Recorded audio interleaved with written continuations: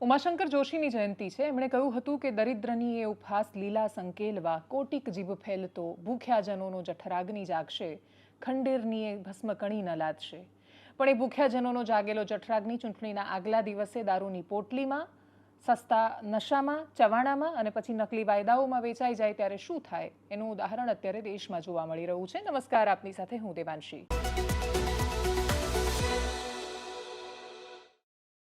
રાજ્યના ખૂબ ચર્ચાસ્પદ મુદ્દાઓ હોવા છતાં એક હાઈ પ્રોફાઇલ વીઆઈપી દારૂની પાર્ટી પકડાઈ હોવા છતાં આજે સૌથી વધારે મહત્વનો અને ચર્ચાનો વિષય દેશમાં શરૂ થયેલું મોન્સૂન સેશન એટલે કે ચોમાસું સત્ર છે. 32 દિવસ આ સત્ર ચાલવાનું છે. આજથી એની શરૂઆત થઈ છે.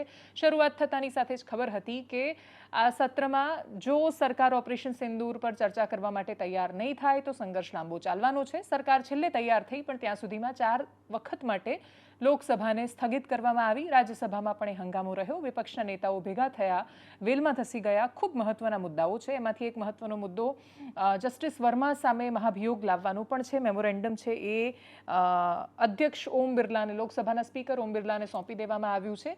આપણે કહીએ છીએ કે આ દેશમાં આમ જોવા જઈએ તો કોઈની પાસે એબ્સોલ્યુટ પાવર નથી, પણ જ્યુડિશિયરીને તમે સવાલ નથી કરી શકતા. ભલે એમના ઘરમાંથી નોટોના ખડગલા મળી આવે, નોટોના થપ્પા તમને દેખાય ને તો પણ તમે જો વધારે એમને સવાલ ન કરી શકો કેમ કે એમાં કન્ટેમ્પ્ટ લાગે તો એ પણ દેશ માટે ચિંતાનો વિષય છે. જજના ચયનની પ્રક્રિયાથી માંડીને ખૂબ બધા એવા વિષયો છે જેના પર એ વારંવાર પ્રશ્નોના ઘેરામાં આવતા રહ્યા છે. પ્રશ્નોના ઘેરામાં જ્યુડિશિયરી આવે તો એમને કોઈ ખાસ વિશેષ ફરક નથી પડતો. નૈતિકતા નામનો શબ્દ જો અસ્તિત્વમાં હોત તો જસ્ટિસ વર્માની સામે મહાભિયોગ દેશની સંસદમાં ન લાવવો પડતો. દુર્ભાગ્યપૂર્ણ હકીકતોની વચ્ચે જીવતા ભારતમાં અને આ દેશની સંસદમાં ફરી એકવાર એ જ થયું જે વર્ષોથી સત્રમાં થતું આવે છે. આ સત્ર જેવું પૂરું થવાને આરે આવશે એટલે અમે તમને હિસાબ ગણાવીશું કે 1 મિનિટમાં આટલા કરોડ રૂપિયા ખર્ચ થાય છે, મતલબ કુલ આટલા કરોડ રૂપિયા દેશની સંસદમાં ખર્ચાઈ ગયા, પણ આપણને મૂળભૂત વાતોના જવાબ ન મળ્યા.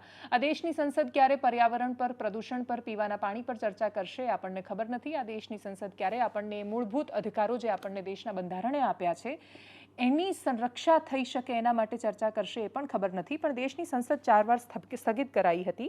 સરકારે આખરે કહ્યું છે કે ઓપરેશન સિંદૂર પર ચર્ચા કરવા માટે તૈયાર છીએ. 16 કલાક લોકસભામાં, 9 કલાક રાજ્યસભામાં એ ચર્ચા થશે. દેશમાં ચોમાસુ સત્રની જેવી શરૂઆત થઈ એટલે તરત જ પ્રધાનમંત્રી નરેન્દ્ર મોદી સામે આવ્યા હતા. એમણે મીડિયાને સંબોધન કર્યું હતું. એ પ્રેસ કોન્ફરન્સ નહોતી, એ સંબોધન હતું કેમ કે સવાલ જવાબ નહોતા, વાર્તાલાપ નહોતો. માત્ર પ્રધાનમંત્રી મોદી આવ્યા, સંબોધન કર્યું અને ગયા, અને એટલા જ માટે એ સંબોધન હતું, એ પ્રેસ કોન્ફરન્સ નહોતી.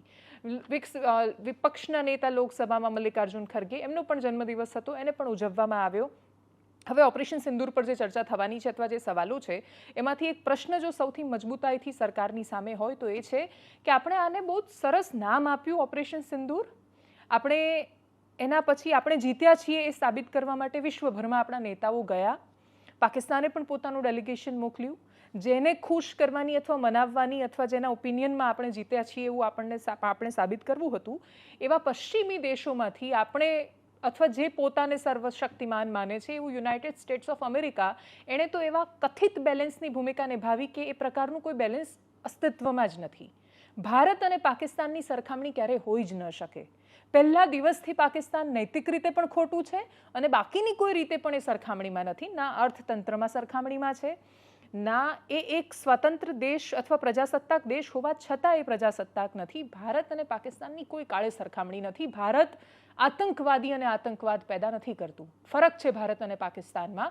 અમેરિકાએ ફરક નથી કરી શક્યું અને એટલે જ અમેરિકન રાષ્ટ્રપતિના ત્યાં જવાના સમાચાર પણ આવતા હોય છે. એ પહેલગામ હુમલાને વખોડે છે અને પછી પાકિસ્તાનના સેનાધ્યક્ષ મુનીરને પોતાના ઘરે બોલાવીને વ્હાઇટ હાઉસમાં જમાડે છે. એ જ બેવડી નીતિ છે અને આ બેવડી નીતિ ભારતને વર્ષોથી બહુ નુકસાન કરતી આવી છે.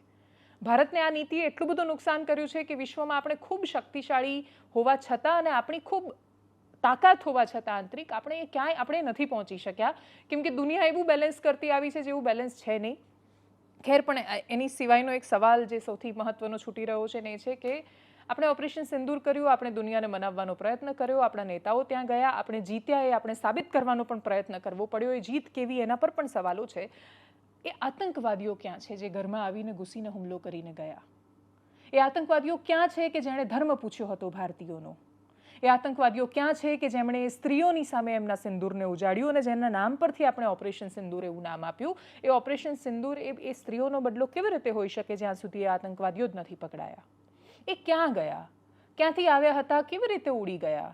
સવાલો શેષ છે, સરકાર જવાબ આપશે એવી અપેક્ષા છે. પ્રધાનમંત્રી મોદીના મીડિયાના સંબોધનને સાંભળીએ, વિપક્ષના નેતાઓની ખૂબ સંક્ષિપ્તમાં પ્રતિક્રિયાઓ સાંભળીએ મોન્સૂન સેશન શરૂ થતાની સાથે જે એમણે આપી છે.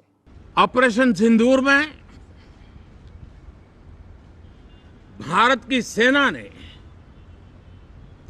जो लक्ष्य निर्धारित किया था 100% अचीव किया. आतंकियों के आकाओं के घर में जाकर के 22 मिनट के भीतर भीतर ऑपरेशन सिंदूर के तहत उसको जमींदोज कर दिया गया. और इसमें मेड इन इंडिया सैन्य शक्ति का ये नया स्वरूप, इस पर भी दुनिया बहुत आकर्षित हुई है. इन दिनों विश्व के जिन जिन लोगों से मिलना होता है तो भारत के इस मेड इन इंडिया जो औजार तैयार हो रहे हैं उसके प्रति दुनिया का आकर्षण बढ़ रहा है. Made in India defence equipment बन रहे हैं, उसको भी एक बल मिलेगा और जो भारत के नौजवानों के लिए नए रोजगार के अवसर पैदा करेगा. सर, पहलगाम हमला 22 अप्रैल को हुआ था. अब तक आतंकवादी पकड़े नहीं गए, मारे भी नहीं गए और उन्होंने हमको बार बार बताया कि उन्हीं के ऊपर डायरेक्टली मारे गए और वो उसमें मर गए. ये भी खबर हमको मिली. लेकिन हम ये जानना चाहते हैं, क्योंकि हमने तो अनकंडीशनल सपोर्ट पूरे हाउस, पूरे ऑल पार्टी ने दिया, सिर्फ मेरा पार्टी ही नहीं, सभी पार्टियों ने दिया कि देश को मजबूत बनाने के लिए, देश में एकता रखने के लिए और हमारे आर्मी को मॉरल स्ट्रेंथ देने के लिए हमने अनक्वेश्चन, यानी कोई प्रश्न न करते हुए हमने ये सब कुछ उनको दिया. इस हाउस को, इस हाउस के माध्यम से देश में कहीं यह संदेश नहीं जाना चाहिए कि सरकार पहलगाम और ऑपरेशन सिंदूर पर चर्चा नहीं चाहती. हम चर्चा करेंगे, हर तरीके से करेंगे और ऑपरेशन सिंदूर के सारी पॉइंट्स को देश और दुनिया के सामने रखा जाएगा. और मैं यह भी बताना चाहता हूं कि आज दिन तक आजादी के बाद इस तरीके का ऑपरेशन नहीं हुआ जो प्रधानमंत्री मोदी जी के नेतृत्व में हुआ है. अंडर रूल 167 ऑपरेशन सिंदूर के बारे में चर्चा रखी है. बिजनेस एडवाइजरी कमेटी में आप समय तय करेंगे. भारत सरकार मोदी जी के नेतृत्व में हर बात की चर्चा करने के लिए तैयार है और हम चर्चा करेंगे. અને દુનિયાના બાકીના સમાચાર પર, દેશના સમાચાર પર વાત કરતા પહેલા સીધા ગુજરાત પર આવી જઈએ. ગુજરાતમાં ખૂબ મહત્વના આજના આખા દિવસમાં જેમાં બહુ જ બધા લોકોને મજા આવી જોવાની અથવા ચર્ચા કરવાની એ વિષય હતો.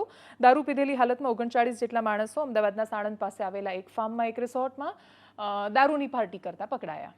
રિયલ એસ્ટેટ સાથે સંકળાયેલો એક વ્યક્તિ પ્રતીક સાંગી, એની બર્થડે હતી, એની બર્થડેમાં બાકીના બધા લોકો ભેગા થયા હતા અને બધા ભેગા થઈને દારૂની પાર્ટી કરતા હતા. આ પહેલી પાર્ટી નથી જે અમદાવાદની આજુબાજુના ફાર્મ હાઉસમાં થઈ રહી હોય.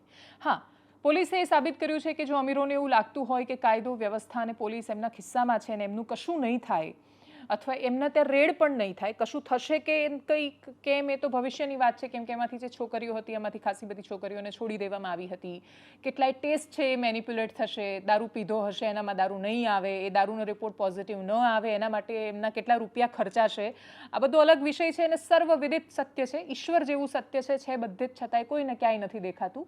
તો આ પોલીસ શું કરવાની છે બધાને ખબર છે. દારૂ પણ એ જ પ્રકારનું સત્ય છે, ગુજરાતમાં બધે જ છે અને કોઈને નથી દેખાતો. એટલે આ સમાચાર આટલા મોટા સમાચાર એટલે બન્યા છે કેમ કે હાઈ પ્રોફાઇલ પાર્ટી છે.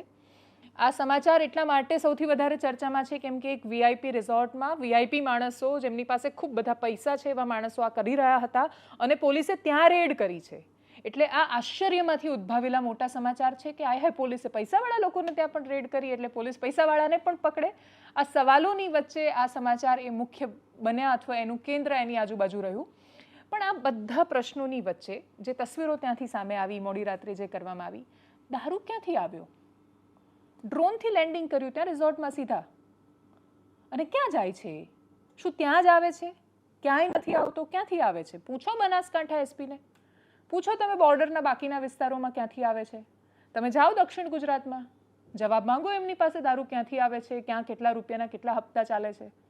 શું કોઈને નહીં ખબર હોય શું થઈ રહ્યું છે?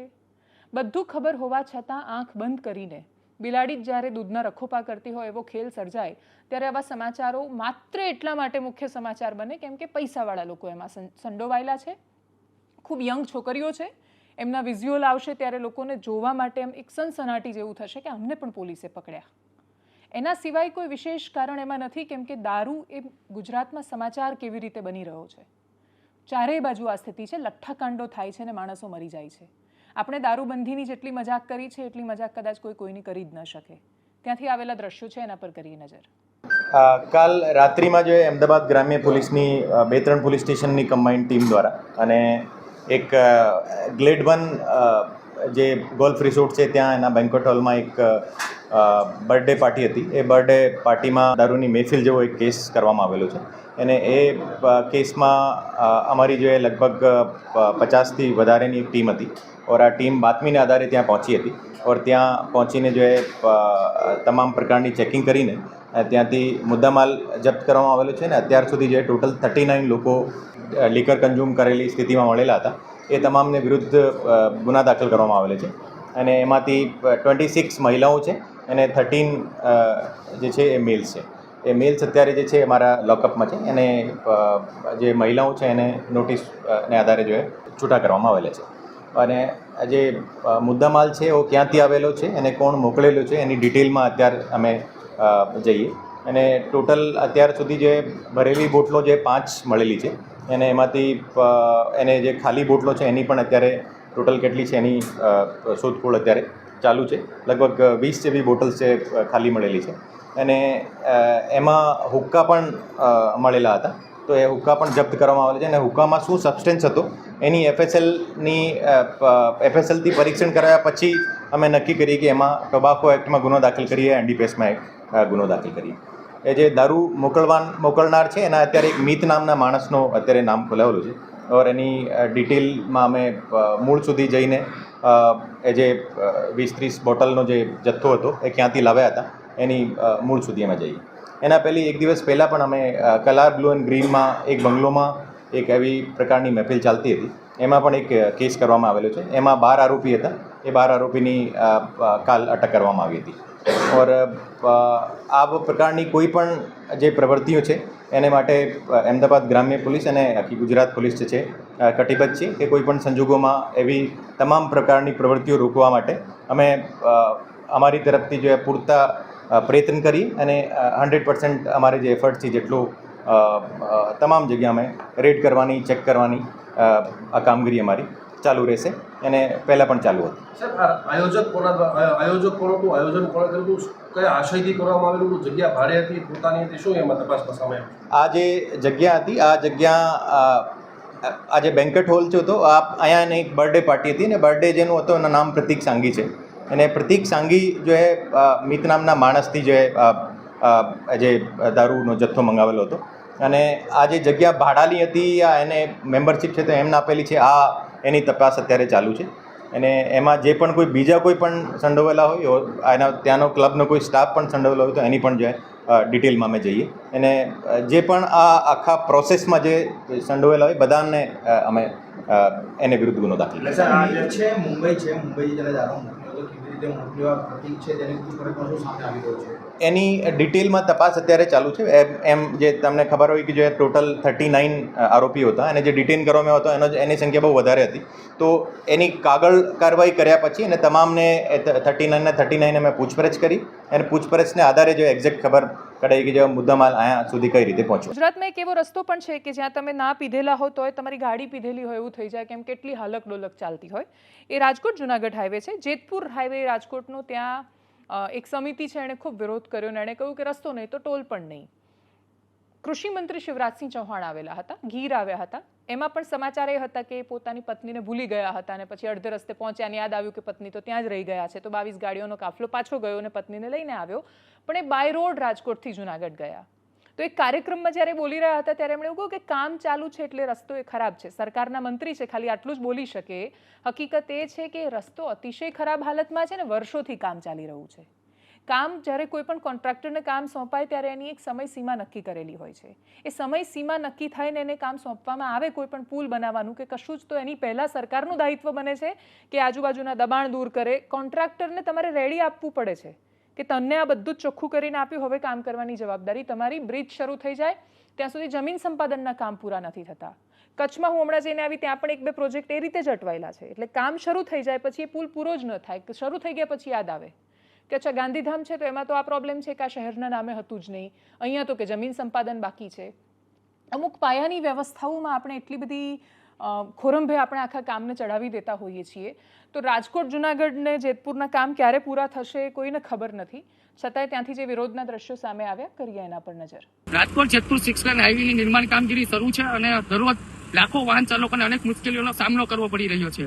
આની અગાઉ જનહિત હાઈવે આંદોલન સમિતિ દ્વારા નેશનલ હાઈવે ઓથોરિટી અને કલેક્ટર ઓફિસે ઘેરાવ કરી અને અમે લાખો વાહન ચાલકોનો અવાજ બન્યા હતા. આજે અમે નેશનલ હાઈવે ઓથોરિટીના નિંદ્રામાંથી જગાડવા માટે હાઈવે ઉપર ચક્કાજામ કરીને જનાક્રોશ ઠાલવ્યો છે. કારણ કે ગઈકાલે જુનાગઢમાં કેન્દ્રીય મંત્રી શિવરાજસિંહ ચૌહાણને આ હાઈવેનો કડવો અનુભવ થતા તેમને માર્મિક ટકોર કરી છે. ત્યારે રાજકોટના સ્થાનિક ચૂંટાયેલા પ્રતિનિધિઓ, સાંસદો અને ધારાસભ્યો આ બાબતે કેમ કાંઈ નથી બોલતા?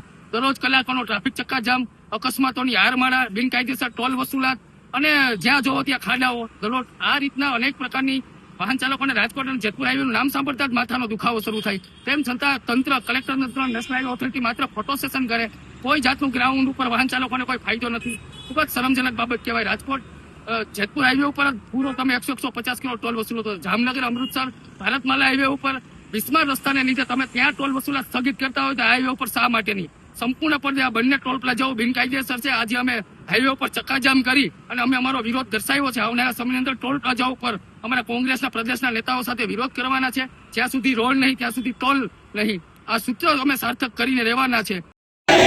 रोड नहीं तो टोल नहीं, रोड नहीं तो टोल नहीं, हाय रे गदा करे, हाय रे गदा करे, અને આપણી બ્યુરોક્રસીનું અદ્ભુત ઉદાહરણ તમને ગંભીરા બ્રિજમાં દેખાશે. દારૂની જેટલી ચર્ચા થાય છે એટલી ચર્ચા એ ગંભીરા બ્રિજ અકસ્માતની નથી થતી.